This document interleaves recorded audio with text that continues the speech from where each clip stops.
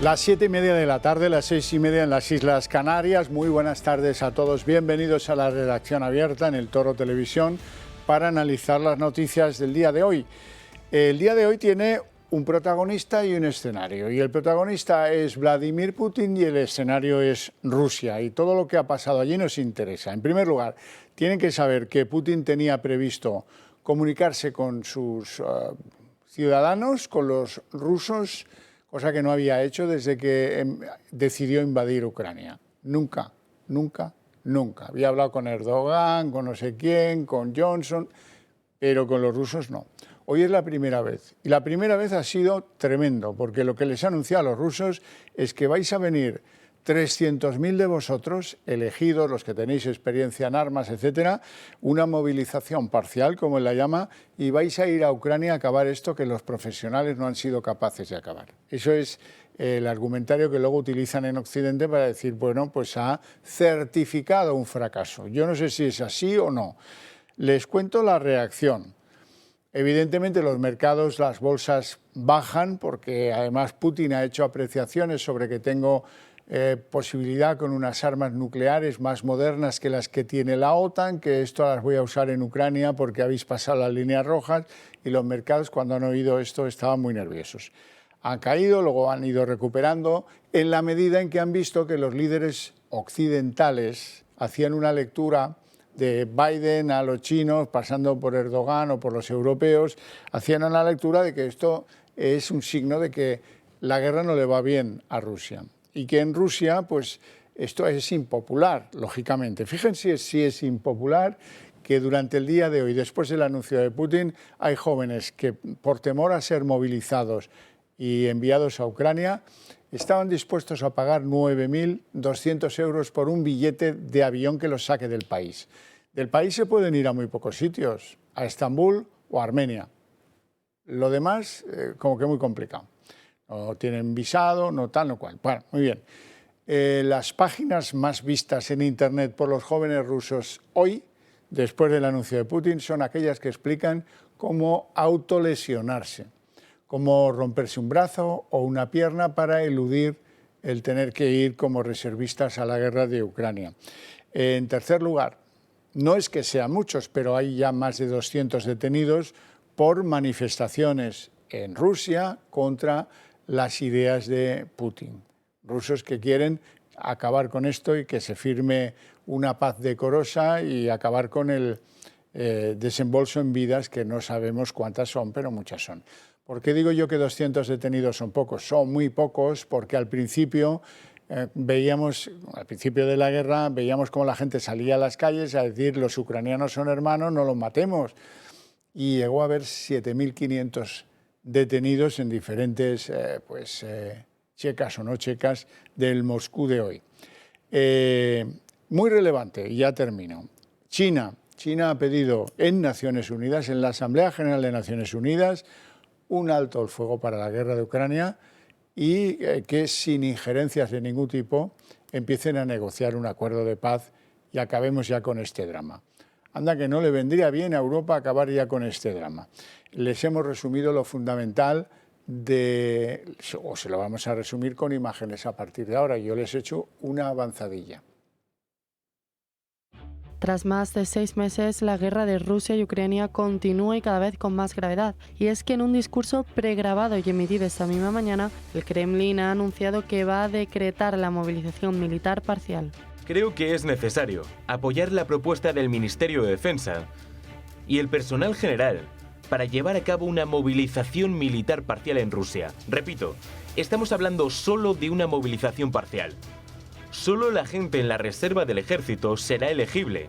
Una medida con la que quería evitar el descontento de la población rusa, pero que al final ha conseguido llevar a cabo, y esto no es lo más significante, ya que por primera vez desde que comenzó la invasión ha pronunciado la palabra guerra. Lo han hecho amenazando a Rusia y Ucrania con su rusofobia y planes antirrusos y empujando a Ucrania hacia la guerra contra nosotros. Además, Putin ha lanzado una clara amenaza al resto del mundo, asegurando que Rusia está por encima de todo y que si la amenaza no dudará en usar armas nucleares. A aquellos que se han permitido el lujo de decir estas palabras, quiero recordarles que nuestro país también tiene distintos medios de destrucción. Distintos medios que son mucho más eficaces que bonitos. Y con respecto a la amenaza hacia la integridad del territorio de nuestro país y la defensa de Rusia, desde luego que utilizaremos todos los medios que tengamos disponibles. Por otro lado, 4 regiones ocupadas por Rusia ya han anunciado sus planes de adhesión a este país. Lugansk, Donetsk, Gerson y Zaporizhia celebrarán los referéndums del 23 al 27 de septiembre, algo que Occidente considera una auténtica farsa e ilegalidad. Y es aquí donde Putin encuentra la justificación para movilizar a su población, ya que si estas regiones todavía ucranianas pasan a ser suelo ruso, Moscú puede presentar a la lucha en territorio ocupado como un ataque a su país. Estamos, por tanto, ante una gran amenaza mundial por parte de Rusia. Bueno, vamos a España. En España yo les digo muchas veces que tienen que seguir esta cadena porque esta cadena de alcance nacional pues es de las pocas que se preocupa de asuntos de verdadera enjundia en España. Por ejemplo, yo no sé si todos lo saben, pero se está produciendo el desagüe de innumerables pantanos en un momento en el año de la peor sequía, en el año de los peores incendios. Hay manifestaciones día sí, día también, en las zonas afectadas de agricultores y de regantes que dicen, pero ¿cómo es esto? Que de las cuencas gallegas que van hacia Portugal o de la del Duero que va vía Salamanca a Portugal o la del Tajo que va hacia Portugal o incluso la del Guadiana, se desvíen en estos momentos cantidades impresionantes de agua de nuestros pantanos en virtud de un tratado, el Tratado de Albufeira, que nos obliga porque recogemos del cauce para esos pantanos. Y entonces hay un acuerdo entre Portugal y España para entregar a Portugal parte de esa agua embalsada. Sí, pero también en este año se está entregando agua embalsada a Portugal. Hay algunos pantanos, como el de Ricobayo, en Zamora, que están al 16% de capacidad.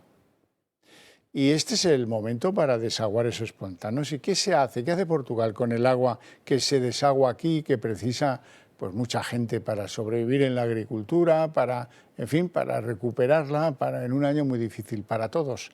Bien, pues de eso va este trabajo y la entrevista que vamos a mantener a continuación. Tras un verano con constantes sequías en nuestro país, siguen los problemas. España entregó a Portugal el pasado mes de agosto 475 hectómetros cúbicos de agua. Este envío se debe al Convenio de Albufeira de 1998, el cual controla la gestión de los 5 ríos colindantes de los dos países: Miño, Limia, Duero, Tajo y Guadiana. Debido al acuerdo, los embalses de las cuencas están obligados a soltar agua para cumplir con el compromiso legal, lo que provocó que algunos embalses, como el de Santa Teresa, en la cuenca del Duero, se tuviera que vaciar entero para dárselo a Portugal. Otros, como el de Ricobayo en Zamora, ha pasado del 39% de su capacidad al 16% solamente. La cuenca del Tajo es sin duda la que peor situación tuvo. 150 hectómetros cúbicos de agua se irán a Portugal. Afortunadamente, la del Guadiana, una de las más castigadas por la sequía, es la que menos tiene que destinar. Una medida que afecta mucho a nuestro país. Los agricultores, tras meses de incendios y de sequías, ahora pierden más agua. Otros, como los usos industriales o aprovechamientos hidroeléctricos, tendrán que supeditarse y buscar otros remedios en uno de los peores años. Porque actualmente la reserva hídrica de España se sitúa por debajo del 37% de su capacidad, el peor año desde 1995. Qué contradicción, ¿no? Bueno, pues queremos hablar con don Ángel González, que es presidente de Ferduero. ¿Qué es Ferduero? Pues la Asociación de Agricultores y Regantes de la Cuenca del Duero. Muy buenas tardes, don Ángel. Gracias por atendernos. No le escuchamos. Vamos a ver si... ¿Hola? Sí, buenas tardes. Ahora le escucho perfectamente. Bueno, estamos perplejos. Asumiendo que existe ese tratado desde finales de los años 90 con Portugal, era el año, ha habido años en los que ese tratado no se ha cumplido, no se ha llegado, o se ha considerado que había tan poca agua que no se podía cumplir con el tratado. ¿No hubiera sido uno de los mejores momentos para tomar una decisión así? Yo creo que sí, nosotros pensamos que sí, además es que en el momento en que se hacen estos desembalses, es un momento en el cual ni en Portugal ni en España se está regando, ni esta agua es necesaria para abastecimientos. Por tanto, es un agua que se está soltando única y exclusivamente para hacer energía eléctrica. Entonces, o sea que lo que aquí desembalsamos cruza, digamos, la frontera y se embalsa para producir energía eléctrica. Sí, mejor dicho, para que lo entiendan muy bien, desde la cabecera de los embalses tenemos un montón de centrales eléctricas, no solo en Portugal, sino en España. Entonces, toda esa agua se va a turbinar primero en España y después en Portugal. Por tanto, no es un agua que se necesite ni para riego ni para abastecimiento. Es única y exclusivamente para hacer energía eléctrica. Y el problema que tenemos los agricultores es que como con un año tan seco como el que hemos padecido, hemos estado haciendo todo el ahorro posible de agua en los embalses para intentar asegurar un poco la campaña siguiente, porque yo siempre digo que queda un día menos para la próxima sequía. Entonces, toda el agua que este año, con lo seco que ha sido, podamos dejar en los embalses, es un agua que nos puede venir muy bien para el año que viene. Y ahora que esa agua que nosotros hemos ahorrado durante toda la campaña de riego se utilice única y exclusivamente para hacer energía, pues no estamos de acuerdo. Y dígame en qué situación se encuentra la Asociación de Agricultores y Regantes de la Cuenca del Duero. La consecuencia de la sequía, los incendios, tal. Ahora mismo están ustedes en que, por el aumento de los costes energéticos, de fertilizantes, etcétera, en unos momentos muy comprometidos, en los que además pues, van a ver cómo no tienen agua. Sí, evidentemente nosotros estamos padeciendo todos los problemas que tienen todos los españoles, pero es que además nosotros hemos hecho en los últimos años unos esfuerzos tremendos en inversiones para modernizar las estructuras de riego y gastar la menos agua posible y contaminar lo menos posible. Entonces, una vez hecho todo eso, el que ahora nos encontremos con el agua que nosotros estamos intentando guardar de cara al año siguiente, no la hagan energía eléctrica para beneficio de otros holdings que hay por ahí, pues entonces eso es muy malo. Y además a esto, a nosotros se nos junta que el coste que estamos teniendo para regar, porque la modernización se riega toda a base de energía eléctrica. Se mete el agua en tuberías a presión y se riega a presión en las fincas. Ya el agua esa de correr por encima del suelo y tal, eso para darle al cultivo el agua estrictamente necesaria para que los frutos tengan su maduración ideal. Entonces, esa energía nos está costando multiplicar por 4 el coste del año pasado y todavía en algunas cuestiones nos quedamos cortos. Así que fíjese, si nosotros el cultivo que estamos haciendo, sean hortalizas, sean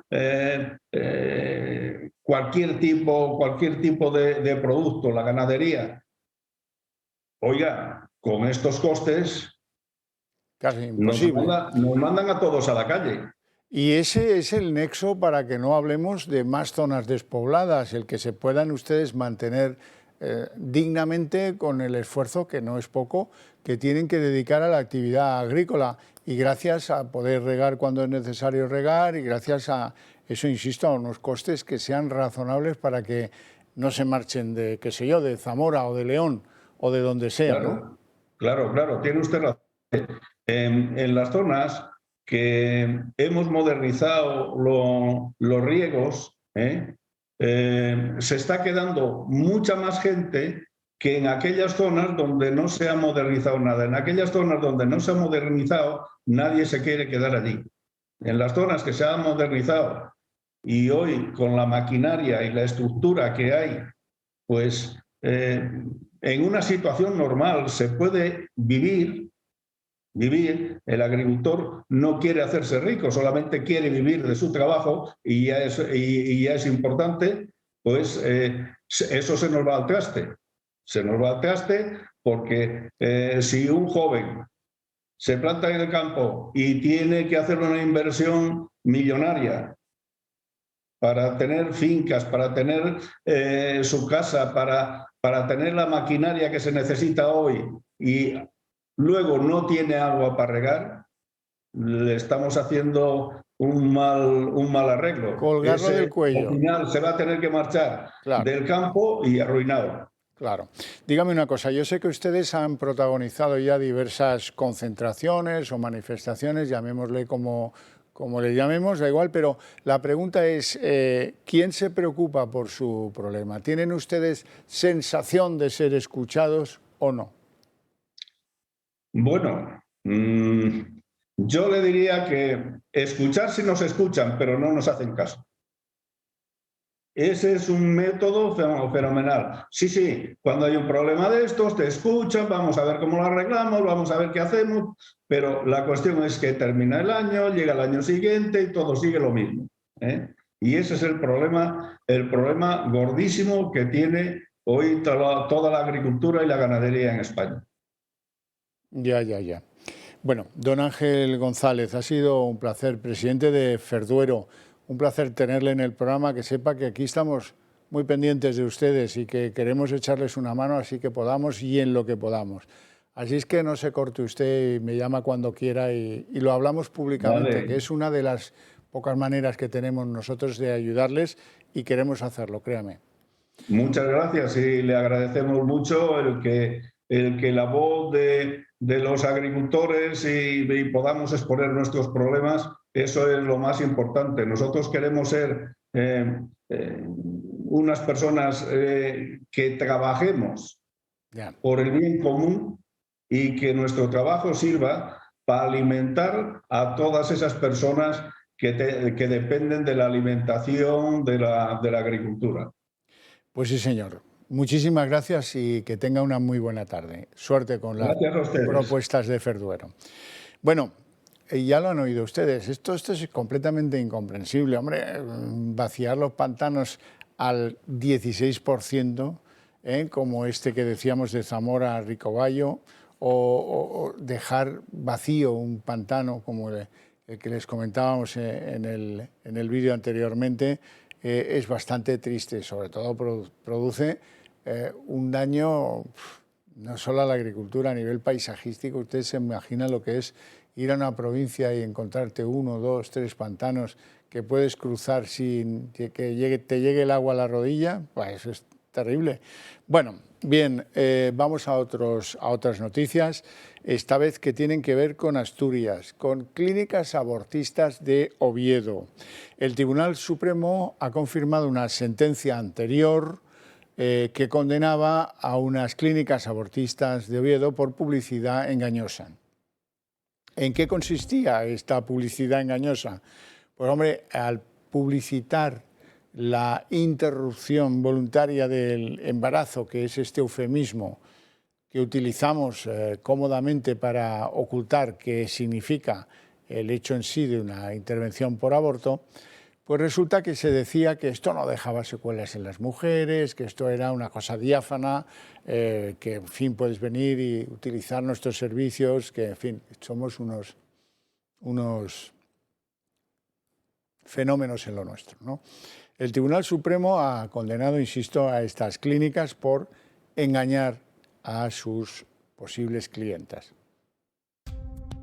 El Tribunal Supremo confirma la sentencia de la Audiencia Provincial de Oviedo que condena a la Asociación de Clínicas Acreditadas para la Interrupción del Embarazo. Todo ello porque esta famosa asociación ha promovido publicidad engañosa al asegurar que el aborto es una práctica que no tiene riesgos. Esta publicidad ocultaba las secuelas que puede producir la interrupción de un embarazo. Por ello, la Asociación de Abogados Cristianos presentó una denuncia por el riesgo que podía conllevar esta falsa publicidad a las mujeres. Pues bien, la condena a la asociación supone pagar todas las costas del proceso y publicar la sentencia en su página web. Además, recordemos que la ACAI aglutina la mayoría de los centros acreditados para realizar abortos en España: Comunidad de Madrid, Cataluña, Andalucía, Comunidad Valenciana y muchas otras comunidades. A su vez, la presidenta de Abogados Cristianos quiere que esta sentencia sea conocida en toda España.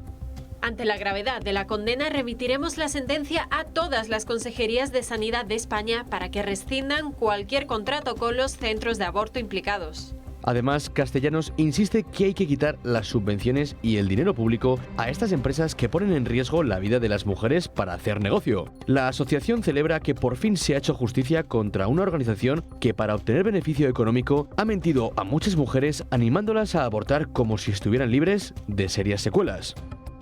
Bueno, y les voy a hablar ahora de una multa de las gordas, de las que hacía tiempo que no veíamos en España. Casi 79 millones de euros es lo que el Ministerio de Yolanda Díaz va a imponer como multa a la compañía Globo. Ya saben, los que con la bicicleta reparten con unos sacos amarillos comida o diferentes artículos entre las calles de las ciudades españolas. Según el Ministerio de Yolanda Díaz, y ahora la vamos a escuchar a ella, dice que utilizaban falsos autónomos como riders, esto es, como los que llevan las bolsas con los objetos a los domicilios. Esto eran diferentes ciudades españolas y además dice que es que trataron de impedir el trabajo de la inspección del Ministerio de Trabajo. Vamos a escuchar a Yolanda Díaz. Lo que ha hecho Globo son dos vías de actuación gravísimas. Insisto, vulneración de derechos fundamentales a los trabajadores y, en segundo lugar, obstrucción a la labor de la inspección de trabajo. Por esta razón, se ha actuado contra esta empresa, regularizando a más de 10.600 trabajadores y trabajadoras, y el importe de la multa y de las sanciones, como ven, es muy elevado, llegando casi a los 79 millones de euros. Bueno, hemos tenido una entrevista con un representante del mundo de la agricultura, quejosos de que se vacíen los pantanos. Eso yo sé que solo lo van a escuchar aquí. Lo sé porque a los demás les importan los pantanos y la agricultura, pues lo justo, ¿no? Bueno, pues esa es la esencia de todo. Sin esa agricultura, ya me dirán ustedes, sobre todo los ecologistas, cómo piensan plantearse el futuro. En fin, me reafirmo en que deberían ustedes pensárselo con cierto detenimiento y ayudarnos a mantener este proyecto comunicativo en libertad, con rigor y con seriedad, para que podamos defendernos mejor de lo que algunos nos quieren imponer, de la Agenda 2030 a, en fin, tremendas paranoias, diría yo, en materia medioambiental. La cuestión es que ustedes deben decidir si nos apoyan o no. Es, si lo piensan bien, una suscripción a medio de comunicación. Eso es lo que yo les pido. Llamen al 91 616 2464, suscríbanse a este medio de comunicación. No les vamos a defraudar, eso ya lo saben los que nos siguen desde hace años, y desde luego aquí van a encontrar el medio con vocación de ser su estandarte, los que defienden eso que ustedes en casa quieren que sea defendido, en casa y fuera. Nosotros en casa ya se apañarán ustedes, nosotros lo haremos fuera, si ustedes quieren y nos ayudan. Nos vamos a publicidad.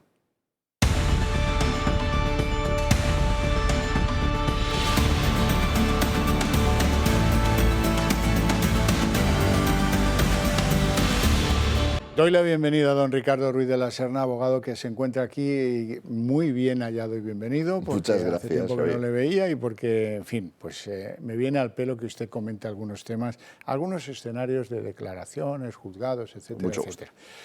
Antes vamos a un escenario que es el de los sucesos. Ya vendrá luego el escenario de lo judicial, espero. Van a ver imágenes sorprendentes y un poco duras de un atropello en directo a una mujer de apenas 40 años en Valencia. no sufran por la vida de esta señora, verán el atropello dentro de unos instantes. Bueno, ha sufrido heridas, tiene mal una muñeca, heridas en la cara, en fin tal, pero su vida no corre peligro. Lo interesante de todo esto, si es que interesante es el adjetivo, ¿verdad?, es que tuvo lugar en el contexto de una pelea familiar. El autor, que se dio a la fuga, ha estado a la fuga bastante tiempo y al final se ha entregado, resulta que anteriormente a estos hechos tuvo un accidente. Él no tiene carnet, pero no se sabe con qué coche tuvo un accidente. Y entonces recurrió a casa de su suegra para ver si el hermano de su pareja apechugaba con la autoría del accidente. Ahí hubo de todo, empujones, bronca, pelea, muchos golpes, hasta que en esa glorieta que ven al pie de los edificios de viviendas, pues decidió, intencionalmente, con toda claridad, llevarse por delante a la suegra, esta mujer de 40 años que les decíamos que tuvo que recibir asistencia hospitalaria. En fin, ¿cómo está España?, diría aquel, ¿no? Las imágenes son terribles, ¿eh? Sí, sí. La lleva, pero por delante y además acelerando el coche. Cuando, en lugar de contener, él lo tiene claro. La suegra dice que es que quería matarme. Sí, bueno. Bastante obvio, sí. Bueno, yo quería hablar con usted sobre todo de la declaración que produjo días atrás Mónica Oltra, la que fue vicepresidenta de la Generalitat Valenciana. ¿Qué les puedo adelantar? Vamos a ver un trabajo periodístico. ¿Qué les puedo adelantar? Bueno, interesante todo. 8 horas de declaración, yo me las he leído y les prometo que uno se asombra por tantas cosas. Primero, lo que más repite Mónica Oltra ante el juez es: yo no lo sabía, no sabía. Deja claro, eso sí, que ya saben que la causa que se sigue contra ella en el juzgado 15 de Valencia es a propósito de si ocultó, si favoreció el ocultamiento de los abusos por los que fue condenado a 5 años de cárcel su antigua pareja, se apellida Ramírez, el nombre viene a dar igual. Bueno, una de las cosas que ha dejado clara la declaración de Mónica Oltra es que en el momento en el que se produjeron los abusos, ella todavía vivía con el tal Ramírez. O sea, que luego, en fin, que no hay un distanciamiento mayor en el tiempo. Más cosas. Hombre, ya le ha pasado el marrón a sus empleados y a sus psicólogos. Ella, que era la consejera responsable de Igualdad y, por tanto, por la atribución que hiciera en su día el presidente valenciano, la responsable, la garante de la integridad de esas niñas tuteladas. Bueno, pues resulta que, yo no sabía, oiga, ¿y cómo es que sus psicólogas no preguntaron a la niña en cuestión si había sido pues agredida sexualmente, abusada? Bueno, no lo sé, yo no lo sé. Y yo del no lo sé, pues no la sacan. Vamos a resumirlo técnicamente. Mónica Oltra vuelve a estar en el punto de mira, y es que las declaraciones ante el juez por el caso de su exmarido son cuanto menos sorprendentes. La exvicepresidenta negó haber dado orden alguna como consejera de Igualdad. Así se excusó ante el juez, que la investiga por presuntamente ocultar el abuso a la menor tutelada. La víctima hizo públicos los abusos y tras la denuncia el exmarido de Oltra fue apartado del centro en el que trabajaba, algo que Oltra alega que no sabía. Fue un mes con mucha actividad porque yo tenía que desplazarme fuera de Valencia y estuve en Bruselas y en Madrid.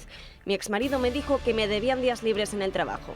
Mantiene también que se enteró de los hechos como Mónica Oltra y no como consejera el 4 de agosto de 2017, al llegar una notificación judicial a la casa que compartía con su exmarido. La dirigente de Compromís asegura desconocer también por qué se repuso en su puesto al educador a pesar de la acusación de abusos.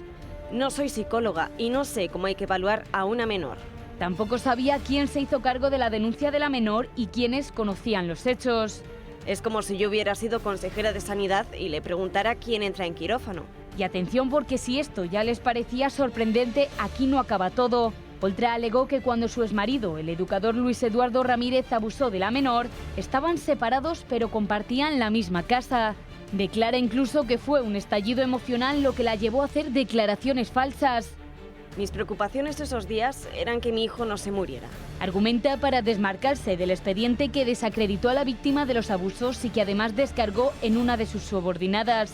Un caso que deja en evidencia no solo al gobierno valenciano, sino también al feminismo que tanto defiende Mónica Oltra. Don Ricardo, una de las cosas que yo he hecho en falta del declarativo conocido de Mónica Oltra es que cualquier mujer que ha convivido con un hombre que es capaz de un abuso, que está condenado por abuso a 5 años de cárcel, en su relato incluiría algunos exordios a propósito del exmarido, ¿no? Es decir, no me lo imaginé nunca, este hombre me ha defraudado, tal. Esta del marido no ha dicho nunca nada, nada. Si el encubrimiento es, no sé si anterior y político en su consejería, pero desde luego en la calle sí que lo hay. Sí que lo hay porque lo normal es que esta señora dijera, pues me llevé un disgusto terrible porque esto no era imaginable. Cuando le nombré director de un centro de menores, no imaginé nunca que acabaría viéndome en un juzgado declarando porque él tocaba y hacía cosas feas a una de las menores tutelada por la Generalitat Valenciana. Pues eso no lo encontrarán nunca. Pues eso es que también depende de la estrategia de defensa que se haya decidido seguir, ¿no? El reportaje que ponías da la impresión de que fundamentalmente ella se ampara en dos líneas de defensa. La primera es: yo esto no lo conocía porque no se me informó.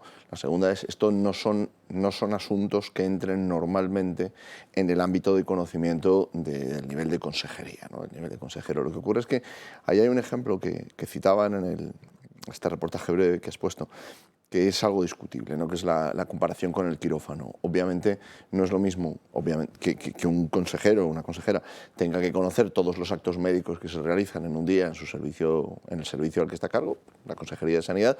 Es un escándalo que se te puede llevar por delante. Pero es que es más, es que si continuamos con ese ejemplo, ¿qué quiere usted decir? ¿Que son tantos los casos que se producen que llega un momento en el que usted no los conoce? No, es una comparación, es un sofisma, es un error plantear esta comparación. Otra cosa diferente es que hay distintas formas de ignorancia, distintas formas de no saber. Uno puede no saber porque ciertamente no ha sido informado, o uno puede no saber porque desea no saber, porque no quiere saber, porque toma medidas y toma decisiones y deja de cursar instrucciones precisamente para no saber. Bueno, la menor, hay que precisar que denunció en los tribunales de Valencia que había sido presionada para no denunciar y que había sido perseguida por esa consejería que le costó perder un trabajo.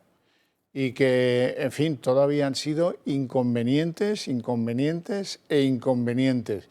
Y que si declaraba, pues era pues porque no quería que a otras menores en la misma situación les pasara lo mismo con absoluta impunidad. Lo que ocurre es que creer este relato, claro, depende de la credibilidad que después le merezca al juez de instrucción o en su caso a quien lo vaya a juzgar, ¿no?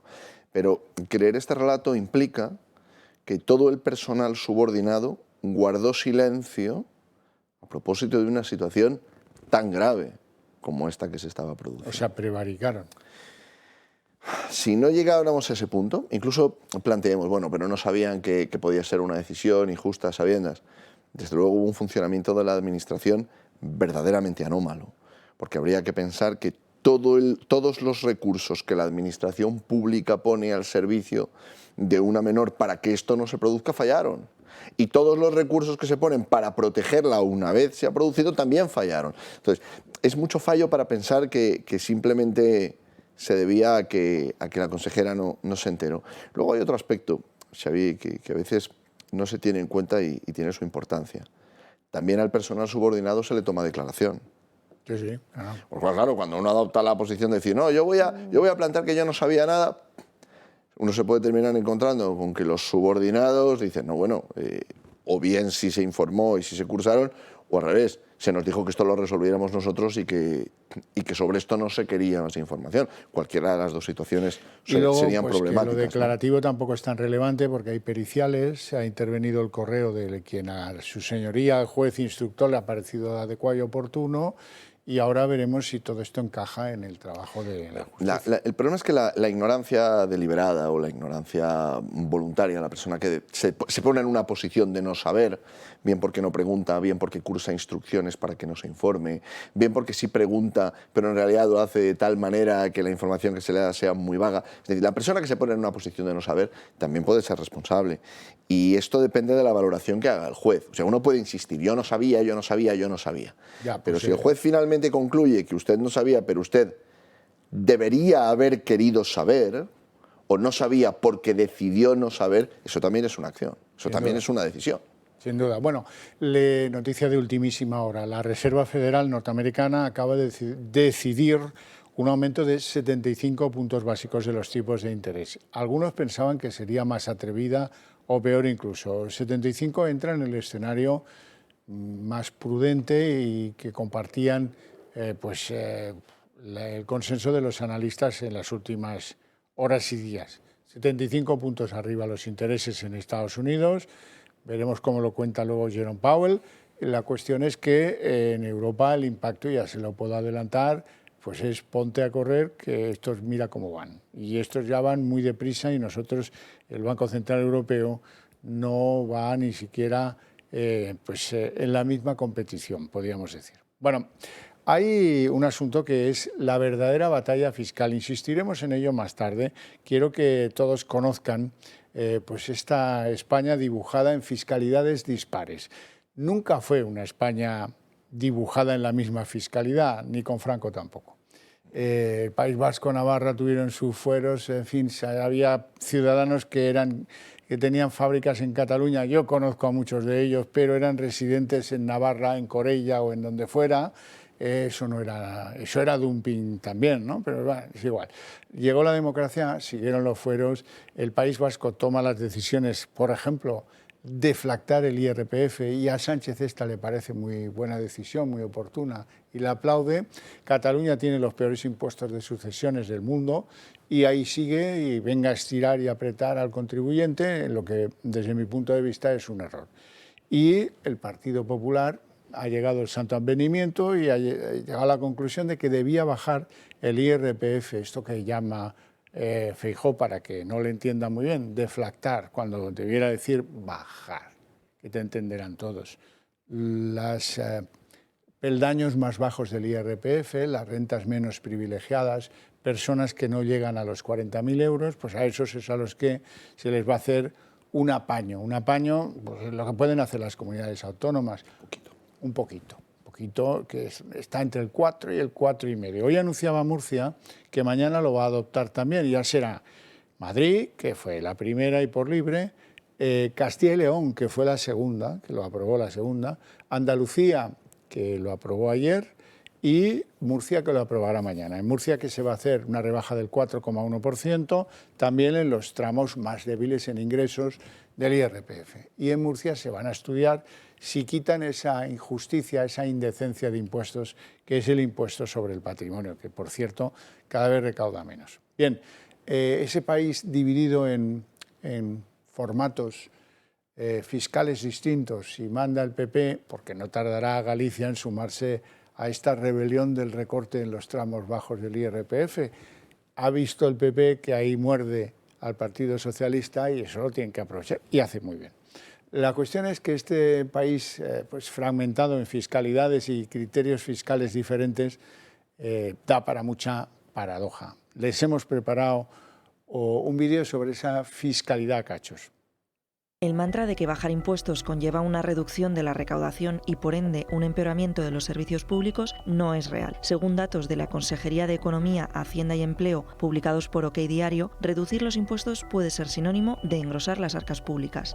Por ejemplo, la Comunidad de Madrid en 2007 aumentó un 6,6% su recaudación con respecto al año anterior, cuando se redujo un punto la tarifa del IRPF. Y, de hecho, desde dicho ejercicio fiscal, el fisco ha aumentado sus ingresos en más de 2.000 millones de euros. euros. Desde el gobierno madrileño se apunta que con la nueva reducción del IRPF, los madrileños ahorrarán otros 330 millones de euros más. Un ejemplo seguido por el Ejecutivo andaluz, como la exención del 100% en el impuesto sobre el patrimonio aprobado el pasado martes, y que según apuntan expertos fiscalistas en el debate, podría ser una jugada inteligente para huir, por ejemplo, del infierno fiscal de Cataluña. El denominado autogobierno fiscal genera una pequeña menor recaudación que puede recuperarse por otras vías, atrayendo a contribuyentes de otras comunidades autónomas. Además, explican que esos ricos supuestamente destinatarios de las bajadas de impuestos no son los realmente beneficiados, puesto que ese tipo de contribuyente directamente escapa de la alta tributación. Así que mientras los socios comunistas del presidente del gobierno, Pedro Sánchez,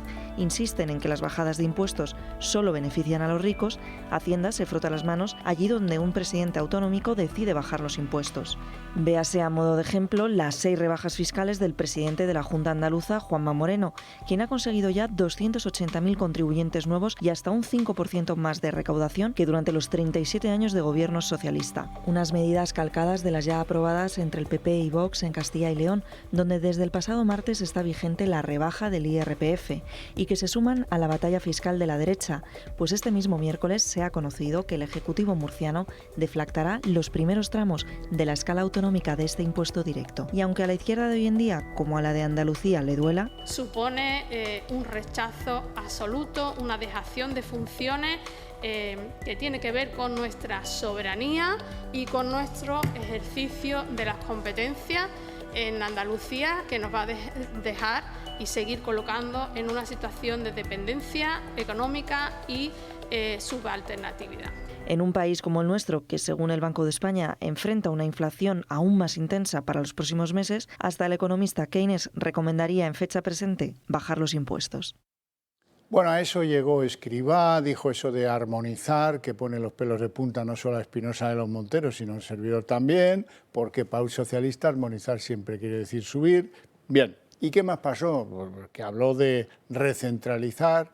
Luego veremos, lo dijo, aunque él diga ahora que nunca usó esa palabra, eso ya pues, puso muy nerviosos a los catalanes, sobre todo, que me dice todos iguales, ¿desde cuándo?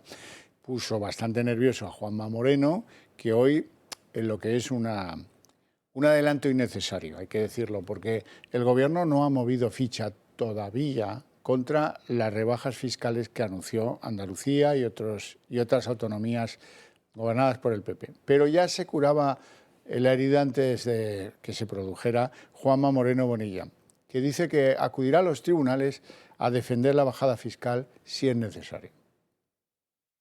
Lo que no me gusta es que algún que otro ministro del Gobierno de España cuestione nuestra autonomía fiscal y quieran centralizar los impuestos cedidos a las comunidades autónomas para evitar la bajada. Y por el contrario, lo que sí pretende es subirnos los impuestos a todos. Yo desde aquí, siempre desde el máximo respeto institucional, advierto al Gobierno que cualquier medida recentralizadora que suponga la pérdida de nuestro espacio competencial tendrá una contundente respuesta judicial por parte del Gobierno de Andalucía. Bueno, y ahí se desata la tontería y se empiezan a decir cosas absolutamente patéticas. Yolanda Díaz, que jamás se quejó por el dumping fiscal de Portugal o de Italia o de Luxemburgo o de Irlanda, empieza a quejarse del dumping fiscal entre comunidades autónomas, siendo que la rebaja es de apenas, la que pueden hacer las comunidades autónomas, si lo desean, es apenas de un 4%. ¿Es miserable? No. Lo siguiente. Y lo que está haciendo el Partido Popular es un auténtico dumping fiscal a favor de los ricos en nuestro país. Vuelvo a decirlo, hablar de impuestos es hablar de la educación pública de nuestros hijos e hijas, es hablar de la sanidad pública en nuestro país, es hablar de la dependencia, es hablar de la justicia, es hablar de las cosas de comer. Y esa trayectoria, competición de regalos fiscales, va en detrimento del bienestar en España. Bueno, pocas ideas y desordenadas, desde luego. Esto ni es dumping ni es nada. Y esto no, ¿en qué beneficia esto a los ricos la rebaja de los tramos menores del IRPF? Por favor, si es que es de chiste, es de coña. Por cierto, María Jesús Montero, que también ha dicho algunas cosas espectaculares en el día de hoy, dice que jamás usó Escrivá el término recentralizar lo fiscal. Nunca hemos hablado de recentralización. Y por la armonización de determinados... Hemos hablado de la capacidad de la armonización en el sentido de que no se produzcan competencias fiscales a la baja. Hay comunidades autónomas que por su mayor recaudación, por ejemplo, por su efecto capitalidad, tienen capacidades económicas que no la tienen otros territorios. Y lo que no se puede es justamente jugar con esa capacidad recaudatoria para que otros territorios se vean obligados, según dijo el señor Moreno Bonilla, a bajar los impuestos por esa misma razón. Se trata de evitar elementos que no son buenos, que ninguno desea y que ninguna comunidad autónoma tampoco desea. Bueno, y el propio Escrivá, preguntado sobre esto, dice, no, yo no usé nunca la palabra centralización. Vamos a escucharlo.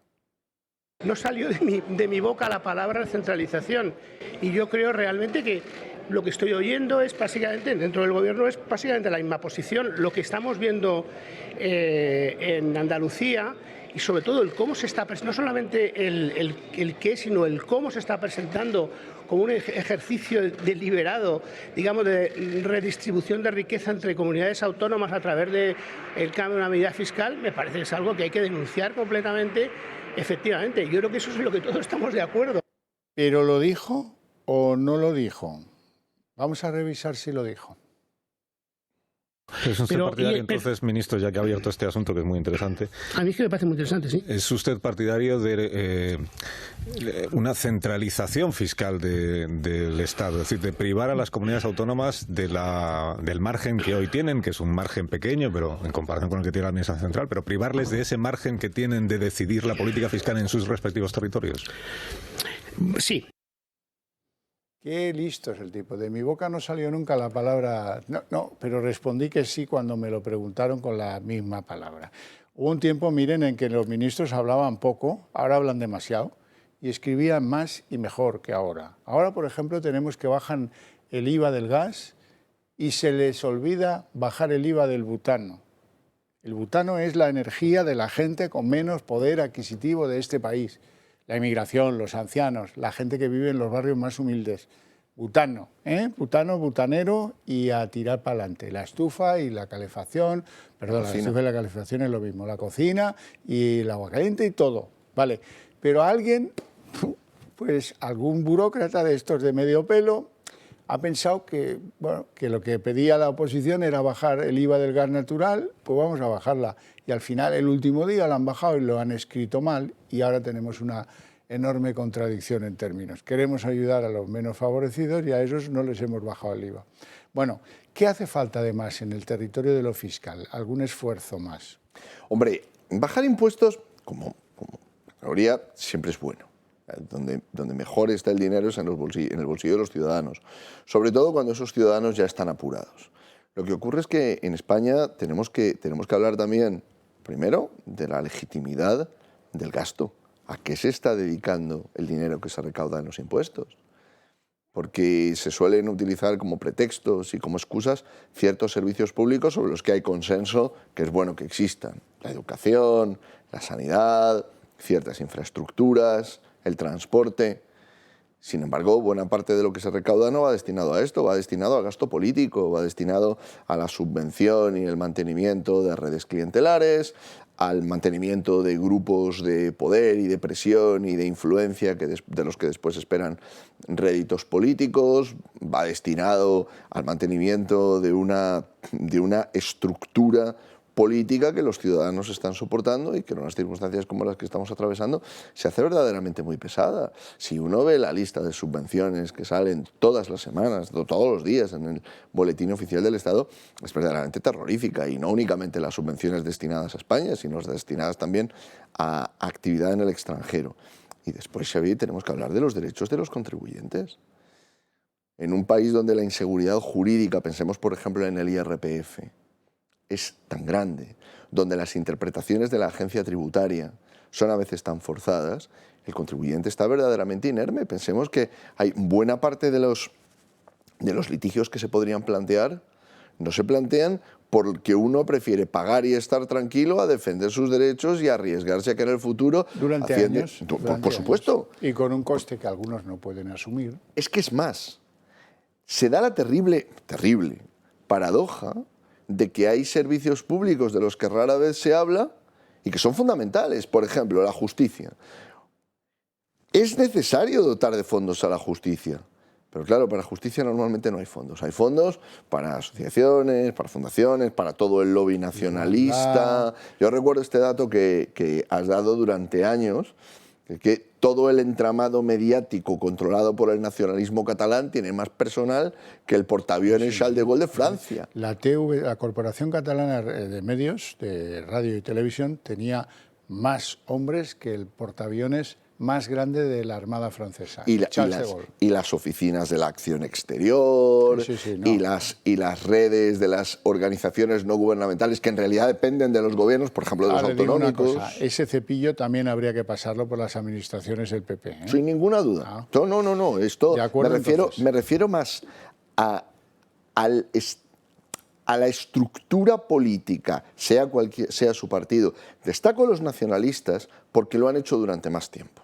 Es decir, si nosotros vemos la antigüedad de las redes clientelares, cuando el PSOE llega al poder por primera vez, los nacionalistas ya estaban ahí. Cuando uno ve ya, pero ¿cuánto tiempo llevan las estructuras de los nacionalistas sostenidas con dinero público? Chico, desde Tarradellas. Es que es tiempo, Desde Tarradellas, así es. En fin, bueno, vamos a hacer una pausa de publicidad. A la vuelta abrimos la mesa de análisis político.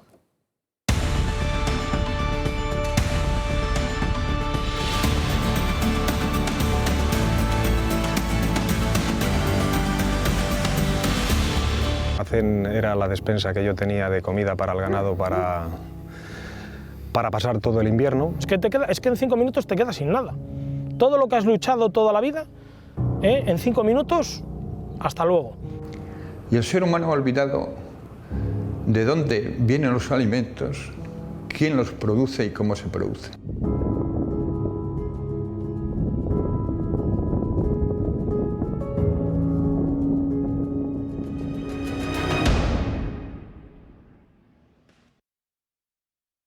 Son las 8:25, abrimos la mesa de análisis político, se incorpora a ella don Manuel Pino, eminente jurista y vicepresidente del Club Liberal Español. Muy buenas tardes. Buenas tardes, Javier. He atropellado porque quiero darle la oportunidad de que usted hable del tema fiscal que era el que veníamos abordando anteriormente y sobre todo con una circunstancia, una clave política.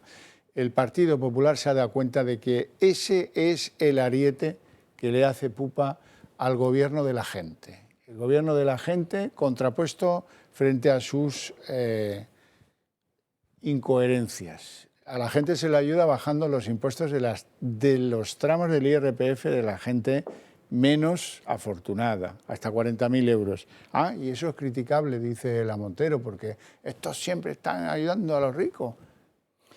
Bueno, Montero está trabajando en un impuesto para las grandes fortunas. Ahora hablaremos de ello, ¿no? Sí.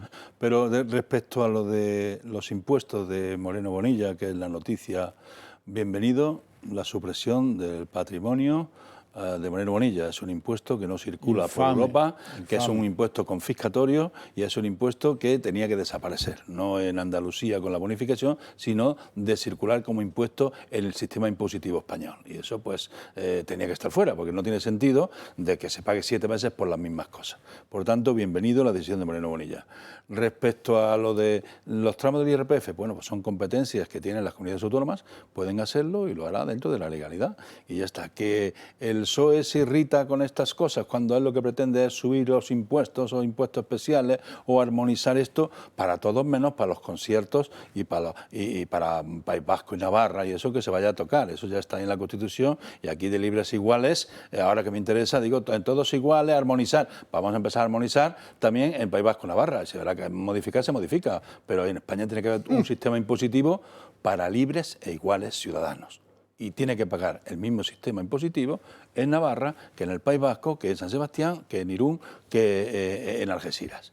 Lo que no tiene sentido es que tengan unos privilegios en unas zonas y en otras tengan que ir a utilizar las herramientas que tienen delegadas para favorecer en una situación como la que tenemos a la ciudadanía cuando tiene una carga por la crisis que está resultando no soportable.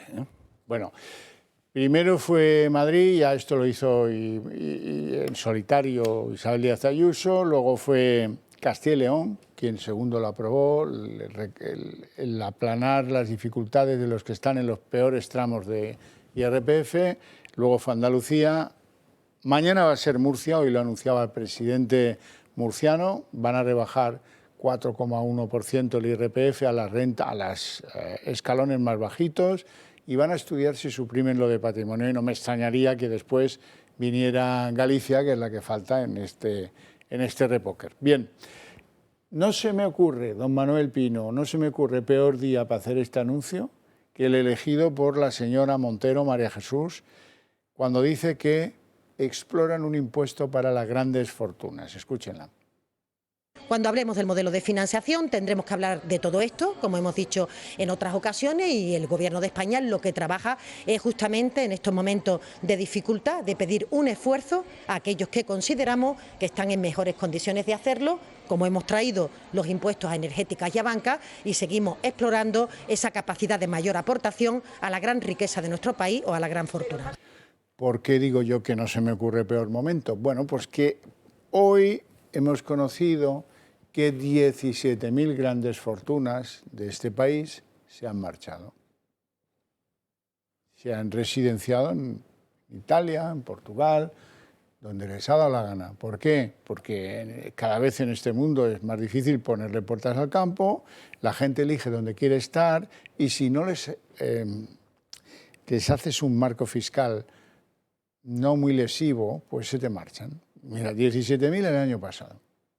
Sigue poniendo impuestos a las grandes fortunas, sigue, que vamos bien. Javier, el populismo de la izquierda, perdónate. No, por favor. El populismo de la izquierda siempre tiene el argumento, las grandes fortunas, los ricos, la banca, las multinacionales.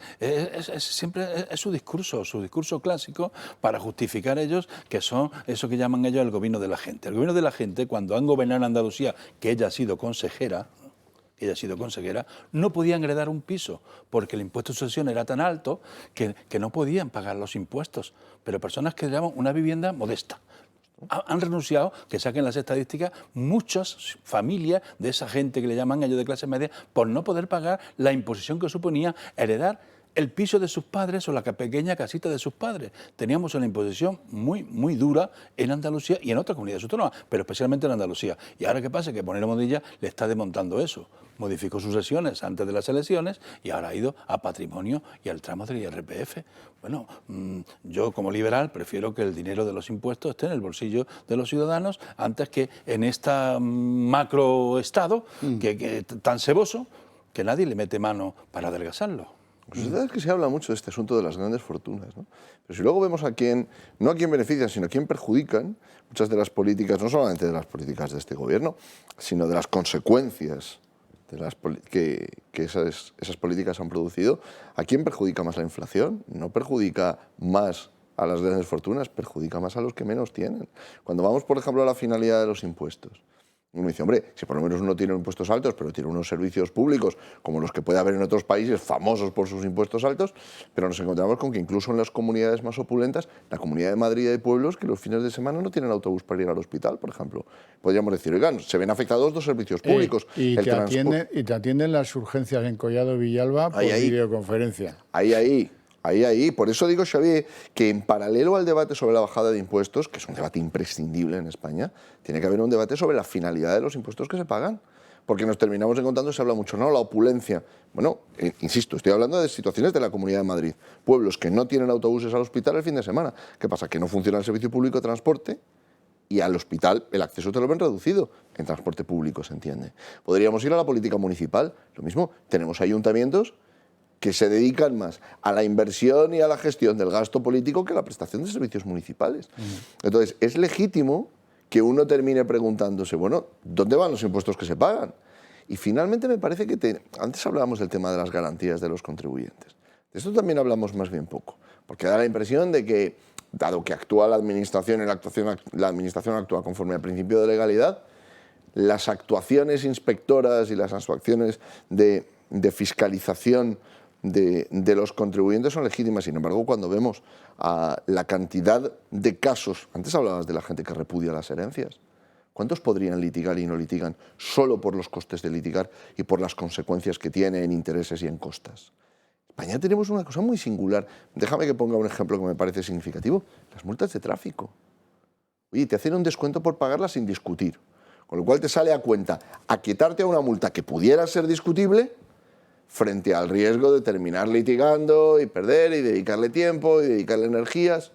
Ha habido recientemente una sentencia a propósito de los informes periciales emitidos por la Administración Pública respecto de la propia Administración. Y tenemos que en España que acostumbrarnos a litigar como se litiga en otros países donde la Administración no tiene presunción de veracidad cuando se trata de informes sobre actuaciones administrativas.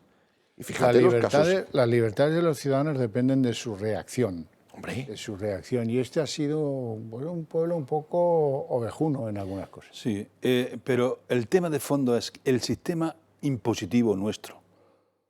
¿A qué nivel de presión fiscal nos está soportando? Porque, claro, hablamos de los impuestos directos, renta.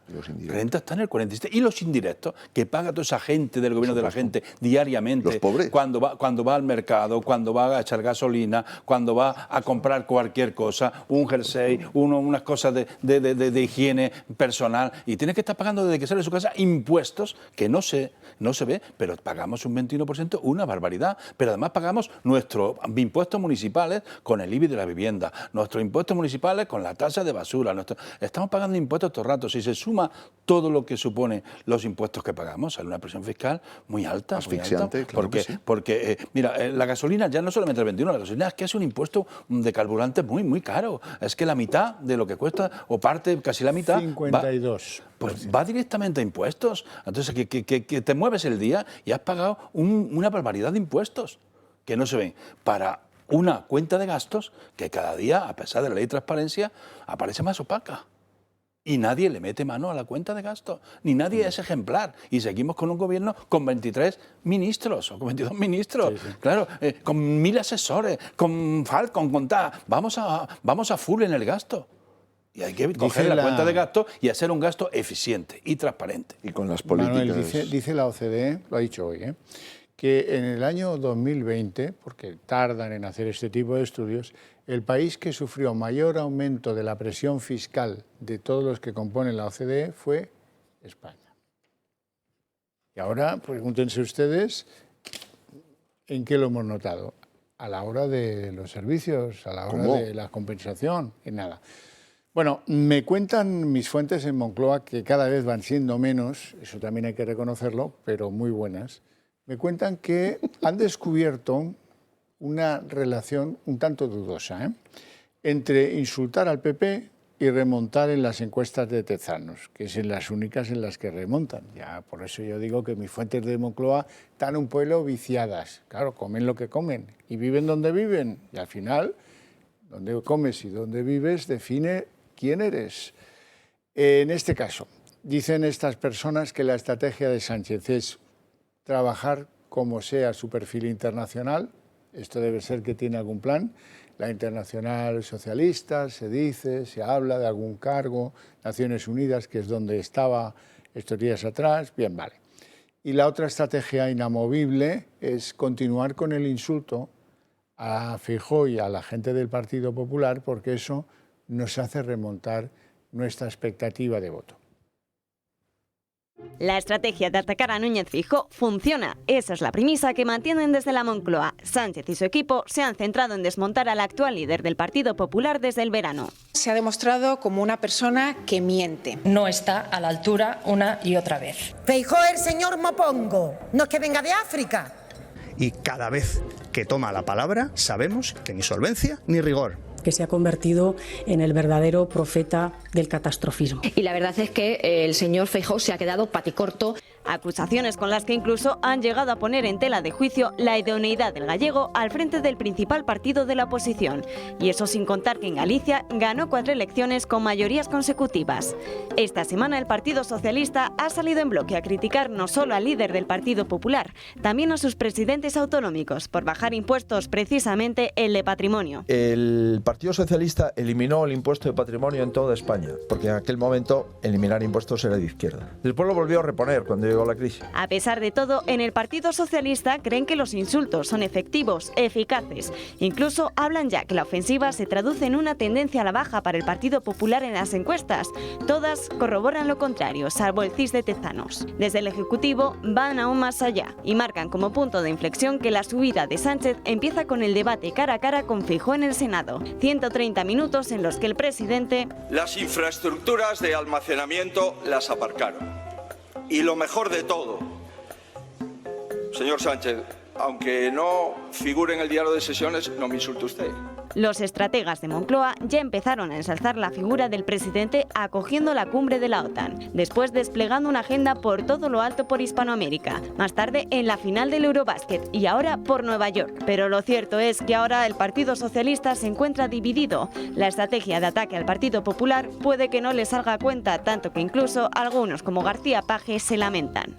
Bueno, dividido no. Hay un señor que discrepa, que está más solo que la UNE, que se llama Emiliano, pero más que eso poco, ¿no? Emiliano es el que le ha dicho que a él le parece solvente. Ha discrepado Álvaro, lo ha dicho en una entrevista. Le parecía mal el insulto. Claro, el insulto, y que le parece solvente. Ha dicho que le parece solvente y que se le había dicho a quien se lo tenía que decir. Bueno, esta campaña de insultos que inauguró con aquella presencia voluntaria en el debate del Senado, con su asesora que le han preparado y van todos ahí con una escopeta repetidora diciendo los mismos argumentos. Todo insolvente o mala fe. Y todo el Consejo de Ministros con los altavoces con los mismos argumentos. Y todos le van diciendo que es insolvente, que es un triste, que no sé qué. Bueno, todo esto es un poco la debilidad que tiene el PSOE, porque tiene cosas hechas en este mandato que son imperdonables. Y ellos lo saben, y la ciudadanía lo sabe. Y García Paje, volviendo a él, en esa entrevista lo dice, aquí hay situaciones que no acepta el votante. Habla de su región, pero es extendible al resto de España. Usted hemos engañado al pueblo español pidiéndole el voto para no pactar con Bildu y con los separatistas golpistas, y al día siguiente del resultado electoral, como no le favorecía, usted se abraza con los golpistas y los separatistas. Y eso nos lo van a penalizar en las elecciones. Y esa es la mentira mayor que ha hecho Sánchez, que hizo un contrato con la ciudadanía mintiendo al día siguiente de firmar el contrato. Viéndole el voto una cosa, hizo lo contrario. Pero además convocó a elecciones anticipadas para evitar eso. Y luego acabó haciendo lo contrario. Lo que sucede, Xavi, es que si nosotros nos fijamos en qué alternativas tiene el gobierno, tampoco tiene tantas. Es decir, sí hay una diferencia en algunas políticas de gestión, pero no hay tantas diferencias en el modelo de sociedad entre el modelo que propone o que pretende Pedro Sánchez y el que pretende o propone Feijóo. Es decir, al final, el recurso al insulto le puede funcionar, no lo creo, pero le puede funcionar en las encuestas. Pero si vamos a las diferencias profundas que pudiera haber entre los dos modelos de sociedad, no son tan grandes. Es casi una lucha más por el poder que una lucha por un intento de hacer reformas o cambios profundos. Luego, sobre Feijóo, pesa algo, ¿no? Muchas de las cosas que él pretende hacer en el ámbito nacional son cosas que durante el tiempo que estuvo en Galicia no hizo, y esto el Partido Socialista lo explota. Pensemos, por ejemplo, en las políticas respecto de la lengua. Pensemos, por ejemplo, en las políticas de acercamiento a las organizaciones nacionalistas. Luego me parece que hay otro elemento. Es verdad que Pedro Sánchez dispone de un aparato de comunicación formidable. No solamente el que tienen los medios de comunicación públicos, sino todos los medios de comunicación que, bien por ideología, bien por interés económico, terminan apoyando al gobierno. Feijóo no tiene esta potencia de fuego todavía. Es cierto que hay gobiernos autonómicos que están en manos del Partido Popular y tienen cierto poder, cierta capacidad para contestar. Pero a largo plazo, lo que Pedro Sánchez ha hecho, y no me refiero únicamente a las mentiras, me refiero a las decisiones que han ido contra el propio interés de los ciudadanos. La asunción completa de la Agenda 2030, por ejemplo, que es una agenda empobrecedora de las clases populares, es una agenda que destruye a la clase media, que privilegia a una élite frente a la mayor parte de los ciudadanos. Esto ya no depende solamente de la credibilidad. Esto depende de la destrucción del tejido económico, de la desaparición de la clase media. Pensemos en la guerra declarada por el gobierno contra el campo. Sí, sí. Da muchas contra veces, los autónomos. A lo largo de las semanas y los meses, ves cosas que tiendes a pensar que son conspiraciones contra el bienestar de la sociedad española. La destrucción del campo, ahí está. Pero hay cosas más graves. Las instituciones democráticas están muy devaluadas. Estoy de acuerdo. Sí. Muy devaluadas. La división de poderes está en una pelea para cargársela. Quiere poder único desde Moncloa. Y da instrucciones a la presidenta del Congreso y le cambia un reglamento sobre la marcha. Hoy el intento de controlar el Poder Judicial. Hay cosas. Yo no sé lo que hará, desde luego, pero creo que cree más que es más defensor de la democracia parlamentaria, como se configura en Occidente, con división de poderes, que la va a defender mejor Feijóo que otro. Habrá que verlo en ese. Ya, de luego que Sánchez. Habrá que verlo, pero es que cualquiera Sánchez, puede defender Sánchez van contra la monarquía, contra las instituciones, la monarquía. Todos la ley de transparencia, el Consejo de Transparencia, oculta la factura, no da los gastos. Es todo trampas y mentiras permanentes. Y luego devaluando las instituciones, y si puede, se las cepillaría. Y si pudiera tener un comisario en el Consejo General de Poder con poder único, lo pondría mañana. Lo que pasa es que no se lo permite Europa, pero es que tiene una cabeza que él quiere mandar, él quiere ser orden y mando. Vamos a poner un poco de una soberbia. Estoy de acuerdo contigo, estoy de acuerdo. Pero vas a coincidir conmigo en un detalle. Ahí Feijóo tiene un punto débil, el Consejo General del Poder Judicial. Es decir, en el momento en el que no se plantea claramente que no va a haber un reparto, todo lo que no sea una oposición al reparto, es una forma de complicidad. Pero mira, y ahí el Partido Popular y el Partido Socialista históricamente se han entendido. Un pasado, claro. Y esto le pesa. Históricamente estoy de acuerdo contigo. No estoy de acuerdo contigo. Mira, la primera etapa no fue así. No. La primera ley orgánica estamos de acuerdo. No fue así. Cuando llega Felipe es cuando se invade el Consejo. Porque cambian la ley orgánica. Y entonces todo se convierte en política. Y desde Felipe para acá todo ha sido trapicheo. Pero incluidos de cada uno unos y otros, hasta nacionalistas, y hacía falta para la mayoría, y ya se han repartido los cargos. Que hay documentos. Pero esto me refiero, esto les pesa. Tienes toda la razón.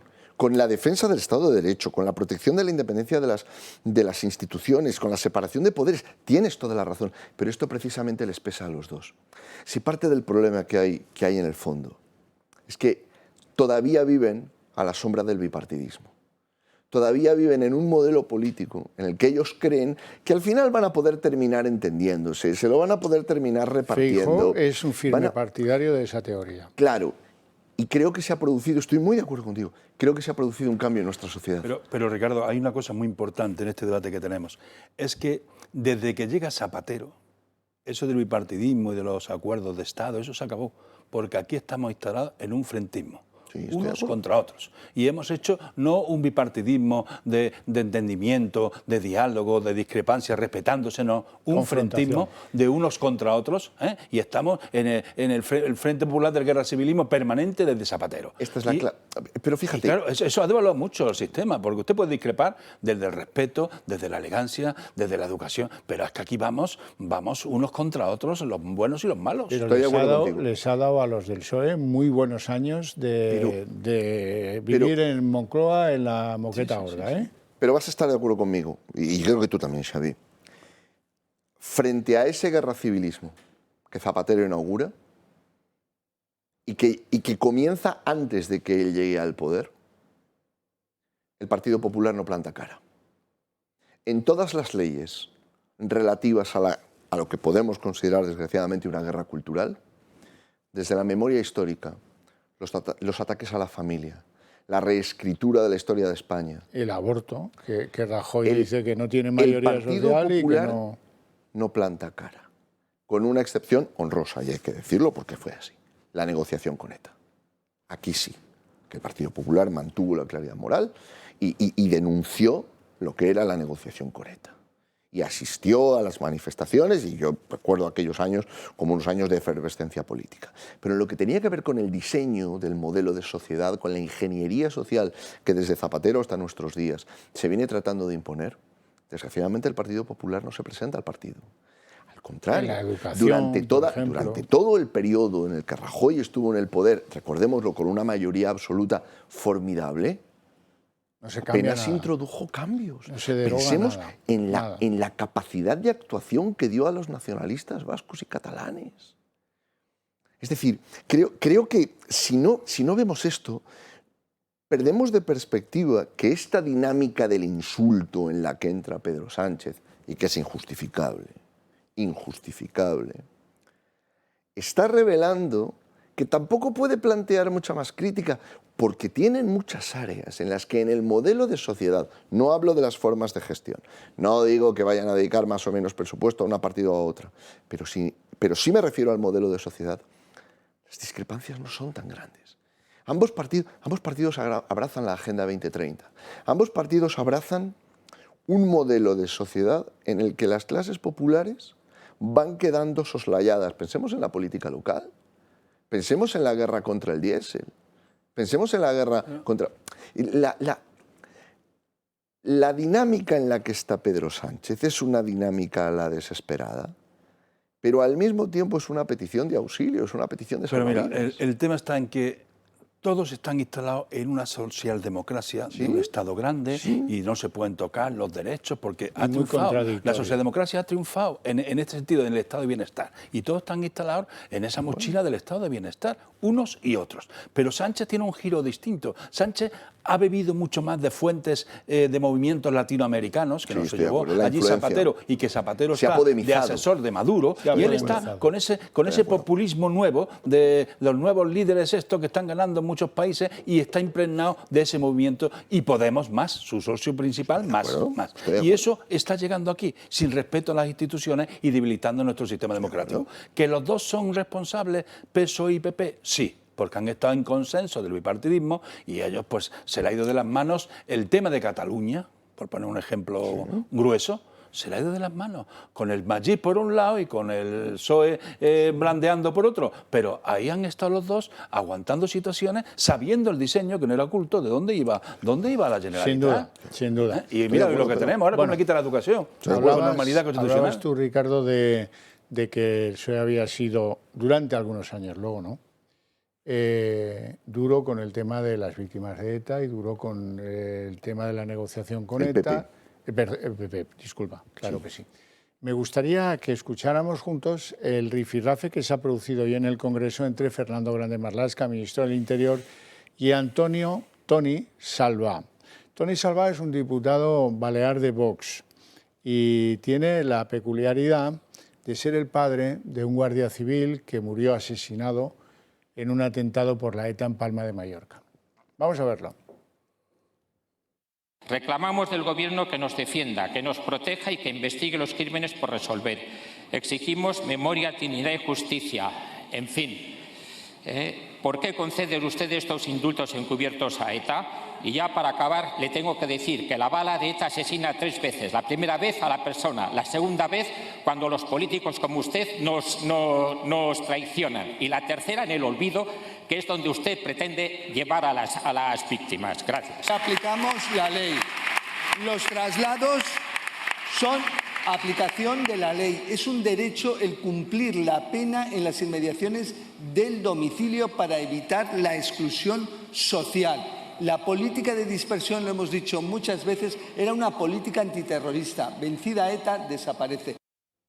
Vaya, se quitó la careta, ¿eh? Bueno, le quitó la careta, lo que ha dicho tiene razón. Vamos a ver si... Le ha dicho Otegi. Otegi ha dicho que él está dispuesto a apoyar si los presos tienen privilegios. Y los presos los quiero en la calle y cerca de sus casas.